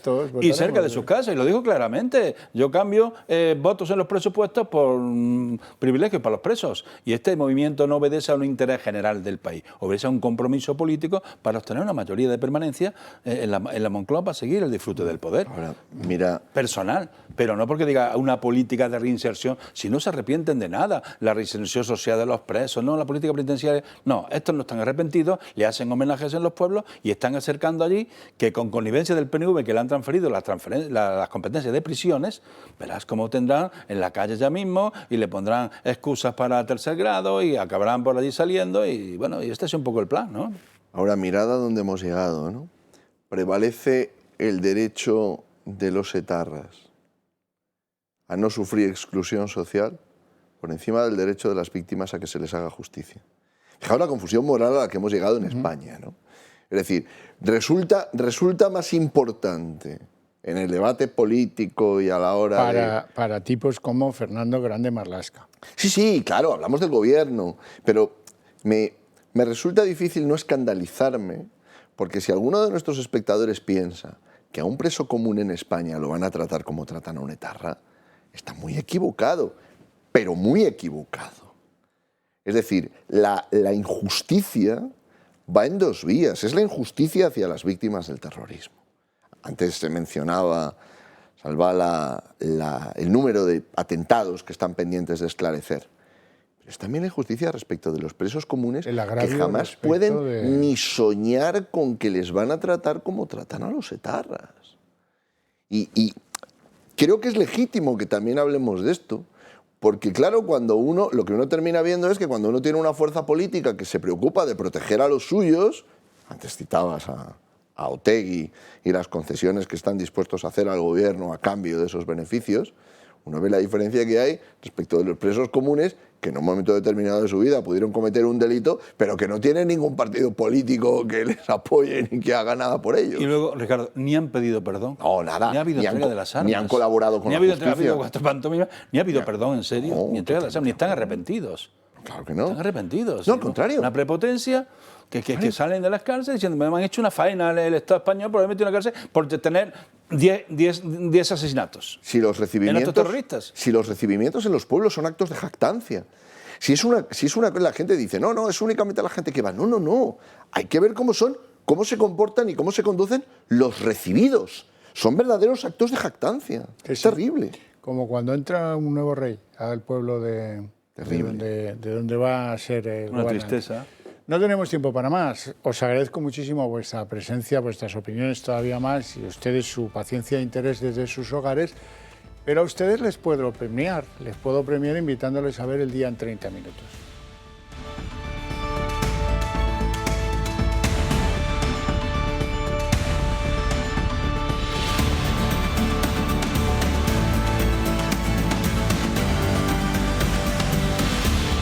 El Día en 30 minutos. Bueno, hoy ha tenido lugar el primer discurso de Vladimir Putin dirigido a los rusos, a la gente que gobierna, después de la invasión que él ordenó de Ucrania. Y ha sido un discurso tremendo, en el que anunciaba que van a ser llamados a filas 300.000 reservistas, y le llama a eso pues una movilización parcial de reservistas. Bien, Occidente considera que en la llamada de los reservistas está la debilidad del propio Putin y de Rusia y el fracaso de los militares profesionales en el intento de invadir el país Ucrania. En fin, la cuestión es que la respuesta de los rusos ha sido muy contundente. Los jóvenes en edad de ser llamados como reservistas, que huyen del país. Los billetes de avión a los pocos sitios a los que pueden ir ahora los rusos sin visado están a unos precios exorbitantes. Incluso las páginas más leídas de Internet entre la juventud son en estos momentos cómo autolesionarse, cómo romperse un brazo o una pierna para eludir la llamada a filas y la guerra de Ucrania. Eso es la respuesta. Hay un montón, unos 200 detenidos en las calles por protestar contra Putin. Algo está cambiando. Pero bueno, Putin también en su alegato televisivo ha añadido escenarios muy preocupantes, como por ejemplo el uso de las armas nucleares en Ucrania. Una amenaza irresponsable del todo, según Joe Biden. China también nos sorprendía a todos hoy con el anuncio en Naciones Unidas abogando por un alto el fuego que dé lugar a algunas negociaciones que acaben con la guerra en Ucrania. Marina Álvarez. ¿Qué tal? Buenas noches. Pues ese anuncio de Putin era lo esperable ante los avances del ejército ucraniano sobre el terreno. Ucrania, atención, ya ha recuperado más de 8.000 kilómetros cuadrados de la región de Kharkov y ya se habría hecho con el control de la primera localidad del Donbass. Es esta ciudad, la ciudad de Lijoborivka. El Kremlin movilizará ahora 600.000 reservistas para defender estas dos provincias de aquí. Lo hará además porque desde este fin de semana las regiones ocupadas de Lugansk y de Donetsk, junto con Jersón y con Zaporilla, pasarán a formar parte de la Federación Rusa mediante la celebración de un referéndum. Tras más de 6 meses, la guerra de Rusia y Ucrania continúa y cada vez con más gravedad. Y es que en un discurso pregrabado y emitido esta misma mañana, el Kremlin ha anunciado que va a decretar la movilización militar parcial. Creo que es necesario apoyar la propuesta del Ministerio de Defensa y el personal general para llevar a cabo una movilización militar parcial en Rusia. Repito, estamos hablando solo de una movilización parcial. Solo la gente en la reserva del ejército será elegible. Una medida con la que quería evitar el descontento de la población rusa, pero que al final ha conseguido llevar a cabo, y esto no es lo más significante, ya que por primera vez desde que comenzó la invasión ha pronunciado la palabra guerra. Lo han hecho amenazando a Rusia y Ucrania con su rusofobia y planes antirrusos y empujando a Ucrania hacia la guerra contra nosotros. Además, Putin ha lanzado una clara amenaza al resto del mundo, asegurando que Rusia está por encima de todo y que si la amenaza no dudará en usar armas nucleares. A aquellos que se han permitido el lujo de decir estas palabras, quiero recordarles que nuestro país también tiene distintos medios de destrucción. Distintos medios que son mucho más eficaces que bonitos. Y con respecto a la amenaza hacia la integridad del territorio de nuestro país y la defensa de Rusia, desde luego que utilizaremos todos los medios que tengamos disponibles. Por otro lado, 4 regiones ocupadas por Rusia ya han anunciado sus planes de adhesión a este país. Lugansk, Donetsk, Gerson y Zaporizhia celebrarán los referéndums del 23 al 27 de septiembre, algo que Occidente considera una auténtica farsa e ilegalidad. Y es aquí donde Putin encuentra la justificación para movilizar a su población, ya que si estas regiones todavía ucranianas pasan a ser suelo ruso, Moscú puede presentar a la lucha en territorio ocupado como un ataque a su país. Estamos, por tanto, ante una gran amenaza mundial por parte de Rusia. Bueno, los primeros en ser reclutados serán soldados de hasta 35 años y suboficiales de hasta 45. El anuncio ha provocado confusión y pánico entre muchos rusos que no han tardado en buscar alternativas para huir de la guerra. Los vuelos a países como Turquía, como Azerbaiyán o como Armenia, los que los rusos no necesitan visado, no han tardado en agotarse y el precio de los aviones se ha disparado. El movimiento opositor Vesna ha convocado protestas en el centro de todas las ciudades que ya han tenido eco hasta el momento en una veintena de capitales.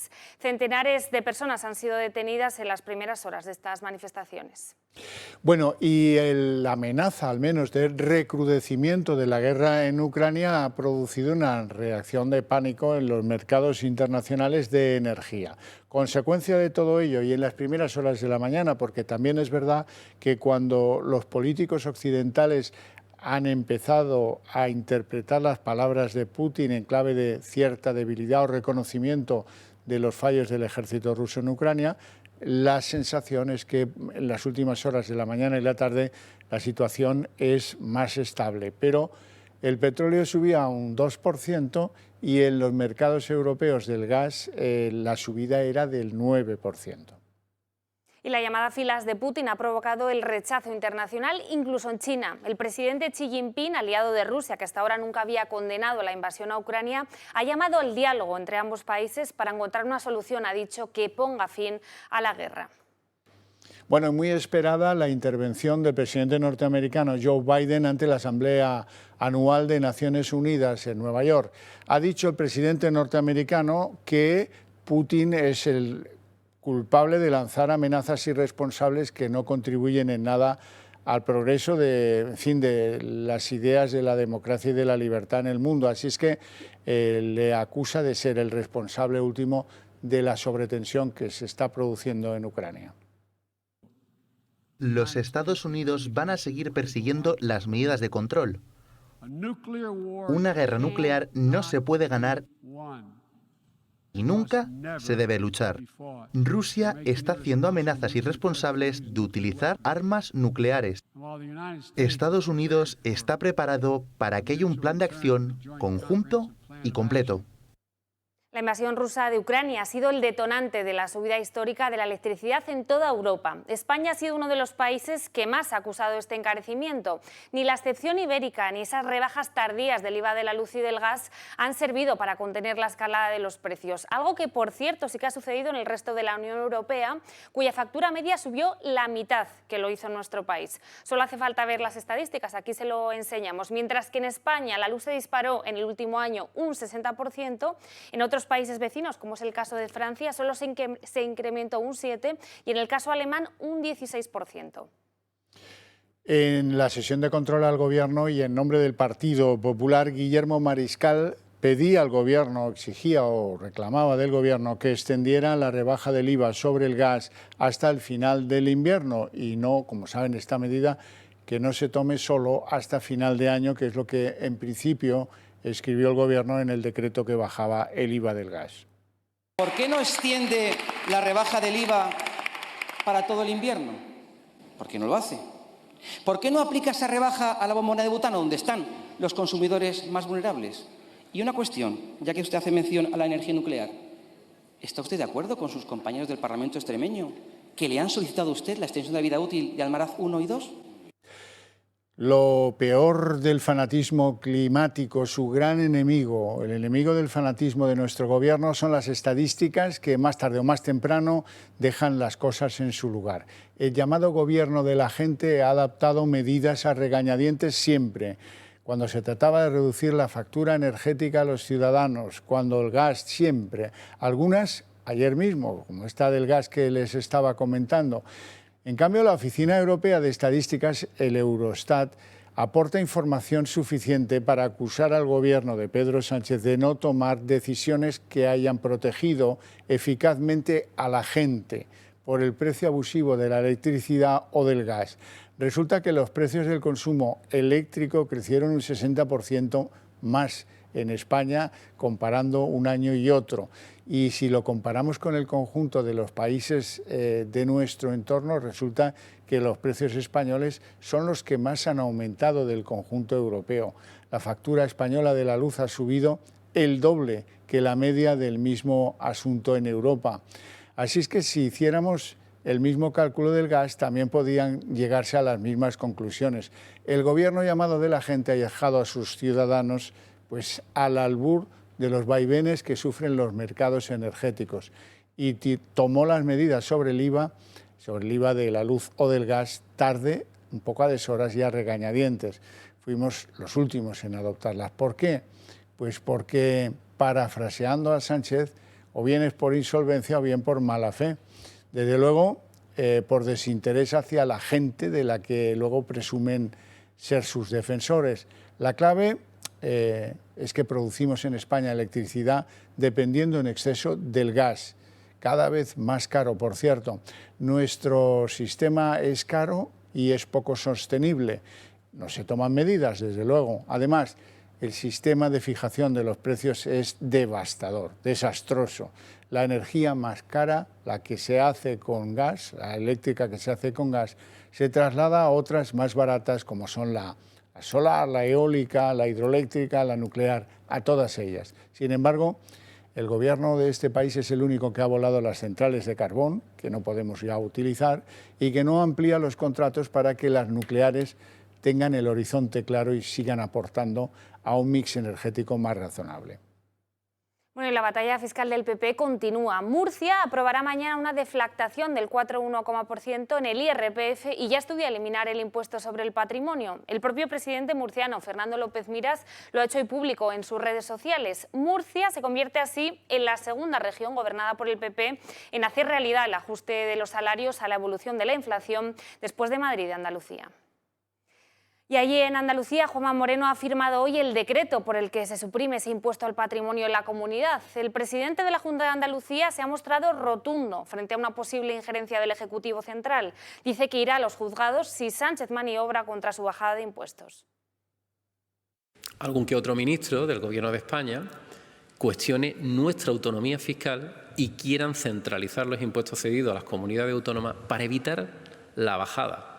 Y por el contrario, lo que sí pretende es subirnos los impuestos a todos. Cualquier medida recentralizadora que suponga la pérdida de nuestro espacio competencial tendrá una contundente respuesta judicial por parte del Gobierno de Andalucía. Que el PP rebaje, aunque sea un poco, el IRPF de los más débiles en esta crisis por la inflación y los cargos de la energía, está volviendo de los nervios al Partido Socialista. Hoy Ángeles Ferriz, que es la portavoz del Grupo Socialista en el Parlamento, argumentaba que a Moreno Bonilla se le ha caído la careta y que ahora, 3 meses después de ganar las elecciones, esta bajada de impuestos obedece a darle la paguita a los cayetanos. ¿No habíamos quedado que los cayetanos eran gente riquísima? ¿En qué se van a beneficiar de que bajen los últimos escalones del IRPF? Nerviosismo en el PSOE. Juanma se va a Madrid a cumplir allí con su jefe, se declara in love con la señora Ayuso y la única medida que toma es la paguita de Juanma a los cayetanos. Y el Gobierno ha dejado solo al ministro Escrivá en su propuesta de recentralizar impuestos, mientras este trata en las últimas horas de desdecirse de sus palabras. Según la ministra de Hacienda, María Jesús Montero, armonizar no implica recentralizar impuestos. Nunca hemos hablado de recentralización. Y por la Nunca. armonización de determinados... Hemos hablado de la capacidad de la armonización en el sentido de que no se produzcan competencias fiscales a la baja. Hay comunidades autónomas que por su mayor recaudación, por ejemplo, por su efecto capitalidad, tienen capacidades económicas que no la tienen otros territorios. Y lo que no se puede es justamente jugar con esa capacidad recaudatoria. Bueno, y la titular de Hacienda ha adelantado hoy también que estaría trabajando en un nuevo impuesto a las grandes fortunas, un gravamen parecido al de la banca y las empresas energéticas, que lo que busca es pedirle un mayor esfuerzo a los que más tienen. Cuando hablemos del modelo de financiación tendremos que hablar de todo esto, como hemos dicho en otras ocasiones, y el Gobierno de España lo que trabaja es justamente en estos momentos de dificultad, de pedir un esfuerzo a aquellos que consideramos que están en mejores condiciones de hacerlo, como hemos traído los impuestos a energéticas y a bancas, y seguimos explorando esa capacidad de mayor aportación a la gran riqueza de nuestro país o a la gran fortuna.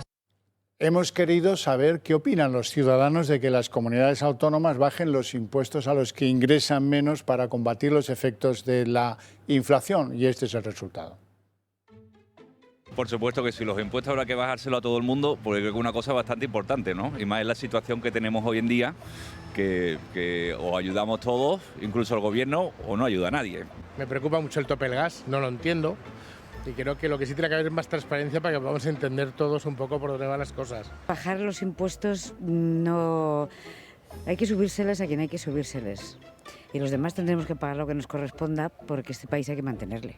Y bajando los impuestos no se mantiene. Muy bien, a mí me parecería fenomenal todo lo que sea bajar, y más a los jubilados que somos nosotros, fenomenal. Hay que bajar los impuestos y la economía irá más, además, eso está probado, que la economía sube cuando los impuestos bajan, o sea que estoy de acuerdo. Si bajas los impuestos, no sé cómo puede hacer el gobierno para llenar la hucha, las arcas, entonces... Hay que poner todo el mundo, de nuestra parte un poco, y además hay otras medidas que el gobierno debe poner para afrontarlo.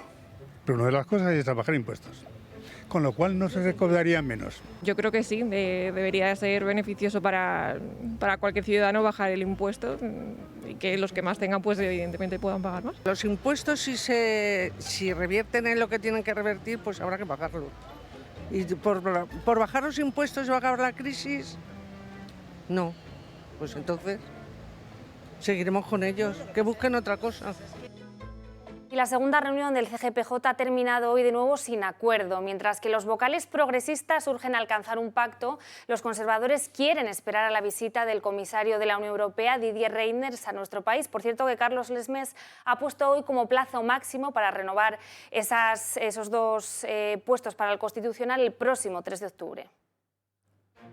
Los vocales del Consejo continúan sin acuerdo para el Constitucional. Para los magistrados del ala conservadora no hay consenso, según ellos, porque deben regir criterios de eficiencia y no de urgencia para el nombramiento de los dos magistrados progresistas para el órgano judicial. El nombre de Inés Huerta estaba sobre la mesa, pero su perfil, magistrada que forma parte del tribunal que verá finalmente los recursos contra los indultos de los presos del Procés, no ha convencido al grupo conservador por su casi inminente jubilación. El gobierno apremia el tiempo y critica al Partido Popular de bloqueo. Ojalá pudiéramos contar más con la colaboración del principal partido de la oposición. Creo que la posición del Partido Popular de bloqueo, de obstrucción, es clarísima. La Comisión Europea está muy preocupada con la actitud obstruccionista del Partido Popular y con el bloqueo. Esta mañana los miembros del CGPJ se reunían por segunda vez para designar el nombre de los magistrados, un encuentro que se produce tras dejar correr el ultimátum del gobierno instando a efectuar los nombramientos antes del 13 de septiembre, una fecha que Moncloa apuntaba en la agenda como primer paso para efectuar el asalto completo al Constitucional. No obstante, fue el pasado 12 de junio cuando caducaron los mandatos de este órgano judicial y la renovación se ha venido dilatando tras el acuerdo entre PSOE y Podemos para que el Consejo no pudiese hacer nombramientos estando en funciones. El sector progresista subraya la necesidad de llegar a un acuerdo antes del pleno del próximo 29 de septiembre, misma semana en la que se espera la visita a España del comisario de Justicia de la Unión Europea, Didier Reynders. El gobierno, encabezado por los ministros Pilar Llop y Félix Bolaños, el Partido Popular y el presidente del Consejo General del Poder Judicial, Carlos Desmes, mantendrán un encuentro con el líder europeo para desbloquear la negociación del Consejo, que ahora mismo pasa por sus horas más bajas. Esta semana el órgano de gobierno de los jueces se ha mostrado además dividido por el apoyo de una magistrada progresista, Pilar Sepúlveda, al indulto al expresidente andaluz condenado por los ERE, José Antonio Griñán. Muy revelador el encontronazo en el Congreso entre Fernando Grande Marlaska, ministro del Interior, y el diputado de Vox, Antoni Salvà, por cierto, padre de un guardia civil que fue asesinado por la ETA en Palma de Mallorca. El asunto que estaban lidiando ambos era el acercamiento de los etarras, como ya podían imaginar. Reclamamos del Gobierno que nos defienda, que nos proteja y que investigue los crímenes por resolver. La bala de ETA asesina 3 veces. La primera vez a la persona, la segunda vez cuando los políticos como usted nos traicionan, y la tercera en el olvido, que es donde usted pretende llevar a las víctimas. Gracias. Es un derecho el cumplir la pena en las inmediaciones del domicilio para evitar la exclusión social. Multa histórica para Glovo. Inspección de Trabajo ha impuesto una multa de casi 79 millones de euros a la compañía de reparto a domicilio por incumplir la llamada Ley Rider. Lo que ha hecho Glovo son 2 vías de actuación gravísimas. Insisto, vulneración de derechos fundamentales a los trabajadores y, en segundo lugar, obstrucción a la labor de la Inspección de Trabajo. Por esta razón se ha actuado contra esta empresa, regularizando a más de 10.600 trabajadores y trabajadoras, y el importe de la multa y de las sanciones, como ven, es muy elevado, llegando casi a los 79 millones de euros. El mes de julio fue el mes estrella en cuanto a la compraventa de viviendas. Se cerraron 54.000 operaciones de compraventa de viviendas, sin duda porque muchos anticipan que las hipotecas van a subir. Fue el mejor mes de los últimos 15 años. La compraventa de viviendas subió un 8% el pasado mes de julio en relación al mismo mes de 2021, hasta llegar a las 53.720 operaciones, su mayor cifra en este mes desde 2007, cuando se superaron las 63.700 compraventas. Con el avance interanual de julio, la compraventa de viviendas encadena 17 meses consecutivos de tasas positivas, aunque el mes ha sido el más moderado de todo este periodo. De hecho, el crecimiento de las operaciones se ha moderado en casi 11 puntos respecto al repunte interanual de junio, cuando las compraventas de viviendas aumentaron un 18,8%. El crecimiento interanual de las compraventas de viviendas en julio fue consecuencia exclusivamente de las operaciones sobre viviendas usadas, que crecieron un 10,4%, y de la compraventa de pisos nuevos, que retrocedió un 2,5% en comparación con julio del año pasado, hasta sumar 9.029 transacciones en su primer descenso tras 20 meses de alza. La compraventa de viviendas libres subió un 8,3% en su tasa interanual en julio, hasta las 49.484 operaciones, mientras que las protegidas avanzó un 5%, sumando un total de 4.236. Según el INE, 7 de cada 10 compraventas de viviendas realizadas en julio se efectuaron entre personas físicas. En total, se realizaron 37.471 operaciones, un 7,4% más que el mismo año de 2021. Entre los 7 primeros meses del año, la compraventa de viviendas ha aumentado un 20,8%, con avances del 23,7% en el caso de las viviendas de segunda mano y de 9,1% en las viviendas nuevas.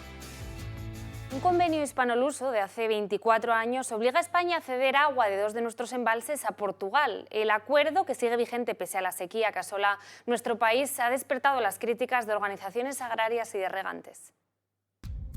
Tras un verano con constantes sequías en nuestro país, siguen los problemas. España entregó a Portugal el pasado mes de agosto 475 hectómetros cúbicos de agua. Este envío se debe al Convenio de Albufeira de 1998, el cual controla la gestión de los 5 ríos colindantes de los 2 países: Miño, Limia, Duero, Tajo y Guadiana. Debido al acuerdo, los embalses de las cuencas están obligados a soltar agua para cumplir con el compromiso legal, lo que provocó que algunos embalses, como el de Santa Teresa, en la cuenca del Duero, se tuviera que vaciar entero para dárselo a Portugal. Otros, como el de Ricobayo en Zamora, ha pasado del 39% de su capacidad al 16% solamente.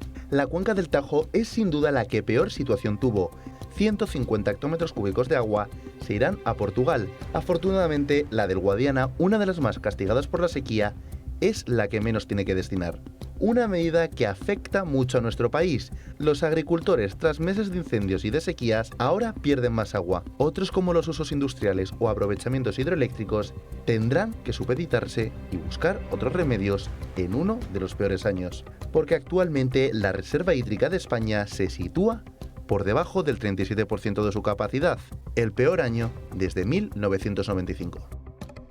Una niña de solo 3 años fue olvidada en el interior de un autobús escolar durante 7 horas. La menor acudió como cada día a su colegio en Sitges, en Barcelona, y por causas que se desconocen no llegó a bajar del vehículo y pasó allí toda la jornada lectiva. Fue encontrada por un conductor y trasladada inmediatamente a un centro médico para confirmar que tenía buen estado de salud. Las 2 monitoras que eran responsables de la menor han sido ya apartadas. Bueno, los últimos minutos del día en 30 minutos dedicados a actualizar la información que nos llega de Rusia. Y es que son ya más de 1.050 los detenidos, que se amplía la mancha del movimiento contra lo dicho por Putin de movilizar reservistas y que ya está extendida por 38 ciudades. Bueno, pues hasta aquí el día en 30 minutos. Les deseamos a todos una feliz noche. Y les dejamos ahora con En Dos Continentes, con Sandra Meco, y mañana volvemos a la misma hora.